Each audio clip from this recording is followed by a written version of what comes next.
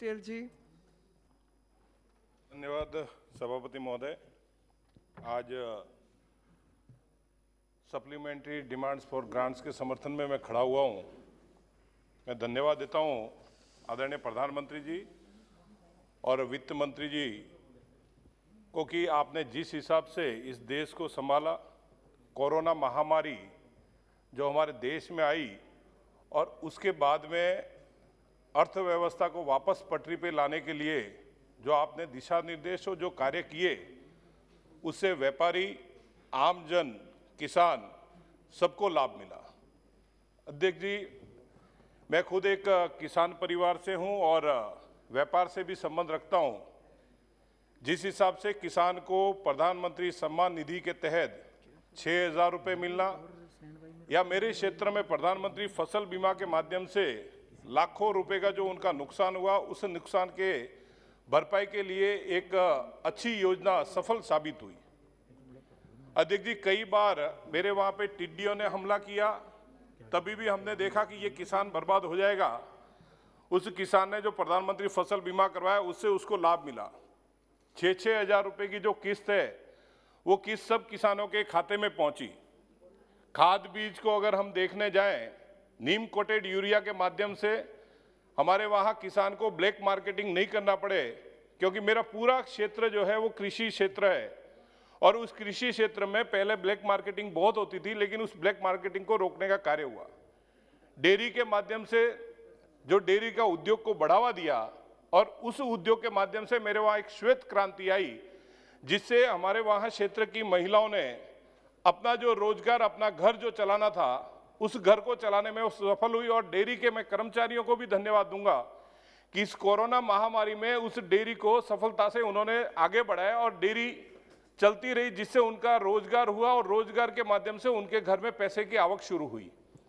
आज पिछले कई दिनों से व्यापारियों से जब मैं चर्चा कर रहा था, अध्यक्ष जी, मैं धन्यवाद दूंगा वित्त मंत्री जी को कि जिस हिसाब से जीएसटी के पूरे समीकरण को इन्होंने संभाल के रखा और 1,20,000 करोड़ के क्रॉस किया जीएसटी ने, ये व्यापारियों के लिए एक बहुत अच्छी और व्यापारियों की जो अर्थव्यवस्था है उस अर्थव्यवस्था को बनाए रखने में सफल साबित हुआ। 20 लाख करोड़ का पैकेज देके जिस हिसाब से इस देश को संभाला, उस हिसाब से भी हम देखने जाए तो सभी वर्गों के लिए ये एक लाइफलाइन बनी और उस लाइफलाइन की मदद से भारत देश आज विश्व में वापस अपनी अर्थव्यवस्था को लेके खड़ा हुआ है और वो आगे बढ़ रहा है।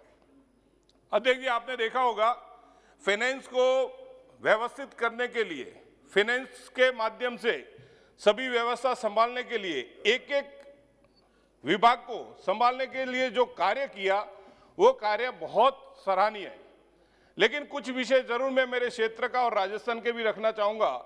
जैसे कृषि क्षेत्र से मैं आता हूं, एमएसपी के बारे में भी हम चर्चा करते हैं। उसमें हमारे वहां सरसों होती है, उस सरसों को भी आपने अच्छा रेट, अभी 54 का रेट मिल रहा है और जिससे हमारे वहां का किसान खुश है।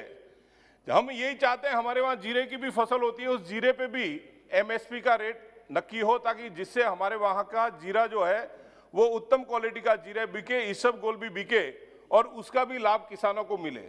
आज देखा होगा आपने डेयरी के अंदर जो दूध है, अध्यक्ष जी, पिछली बार एक यहाँ पे चर्चा हुई थी 1 रुपये लीटर, जब भाजपा की सरकार नहीं आई थी उस टाइम पे, कि दूध का भाव बढ़ा तो मध्यम वर्ग पे बोझ आ गया, ऐसी कोई चर्चा की थी।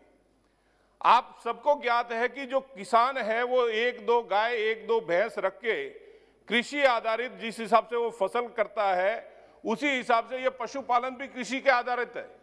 कृषि के साथ में वो एक जगह पे कहीं ना कहीं मैच करता है, लेकिन दूध का रेट नहीं मिलने के कारण हमारा किसान जो है, उस किसान को कहीं ना कहीं समस्या होती है। मध्यम वर्ग की जो हम चर्चा कर रहे हैं उसमें भी जरूर हमें ध्यान रखना चाहिए, लेकिन किसानों को दूध का रेट भी मिलना चाहिए। इसके लिए डेयरी उद्योग को भी और बढ़ावा देना चाहिए, जिससे हमारा डेयरी उद्योग फले फूले और उससे डेयरी उद्योग आगे बढ़ सके। डेयरी उद्योग के माध्यम से जो गुजरात के अंदर अमूल है, बनास है, राजस्थान में हम देखने जाए हमारी सरस डेयरी है, लेकिन सरस डेयरी के अंदर हमें जो बोनस नहीं मिलता है। केंद्र सरकार एक सिस्टम तय करे और उस सिस्टम के माध्यम से किसानों को हर जगह पे एक समान बोनस मिलना चाहिए, क्योंकि बनास बोनस दे रही है 22% और सरस का बोनस जो है वो मैडम 3% मिल रहा है। अब 22 का और 3 का हम फंसे हुए बैठे हैं। इसलिए मेरा आपके माध्यम से वित्त मंत्री जी से निवेदन है कि इन सिस्टम को भी हमें देखना चाहिए। और मेरे क्षेत्र की कुछ डिमांड भी है, मैं सम्मानीय अनुराग जी यहाँ पे है तो मैं इनसे निवेदन जरूर करना चाहूंगा। एक एम्स हमारे वहां पे है जोधपुर में, जालोर सिरोही में एक छोटी सी हमें कॉलेज दे दे मैडम, तो हमारा भी शायद भला हो जाए, क्योंकि टीएसपी का एरिया है और बहुत समस्या वाला है। लेकिन अनुराग जी शायद वहां पे बात कर रहे हैं, लेकिन ये आपके रिकॉर्ड के माध्यम से चला जाएगा तो मेरे लिए फायदे कारक हो जाएगा। एक दूसरा मेरा ये डिमांड जरूर रहेगी मैडम, आपने मौका दिया है तो मेरा सिरोही जो जिला है वो रेल लाइन से जुड़ा हुआ नहीं है। जैसे हनुमान ने, मेरे भाई ने कहा था रेलवे की बात, मेरे को रेलवे की डिमांड पे बोलने का मौका नहीं मिला, लेकिन जरूर मैं यहाँ पे आपसे अनुरोध करना चाहूँगा कि उसके लिए 1550 करोड़ का एक पहले डीपीआर बना था, उसके ऊपर अगर कार्रवाई होगी तो मेरा सिरोही जिला भी उससे जुड़ जाएगा। और शिक्षा के क्षेत्र में हमारे को एक जवाहर नवोदय विद्यालय मिल जाए तो शायद हमारा गरीबों का भी भला हो जाएगा। ये ऐसी कोई 2-4 हमारी जो डिमांड है, उन डिमांड पे जरूर मैं आपके माध्यम से मंत्री जी से निवेदन करना चाहूँगा। और उसी के साथ में मैं आगे ये भी आपसे अनुरोध करूँगा कि व्यापारियों के लिए जो आपकी स्कीम है, उस स्कीम के अंदर बैंकों के माध्यम से जो लोन मिल रहा है, उस लोन के लिए कुछ हद तक थोड़ा लिबरल करना चाहिए, ताकि उससे बैंकों से व्यापारी को लोन आसानी से मिले। और अगर व्यापारी को लोन आसानी से मिलेगा तो वो व्यवसाय बढ़ेगा, और व्यवसाय मैडम अगर उसका बढ़ा तो रोजगार जरूर उपलब्ध होगा, और रोजगार उपलब्ध होगा तभी जाके हम जो सोच रहे हैं कि गरीबी हमें मिटानी है, उसको भी हम मिटा पाएंगे। यही मैं आपसे अनुरोध करना चाहूंगा। बहुत बहुत धन्यवाद। जय हिंद।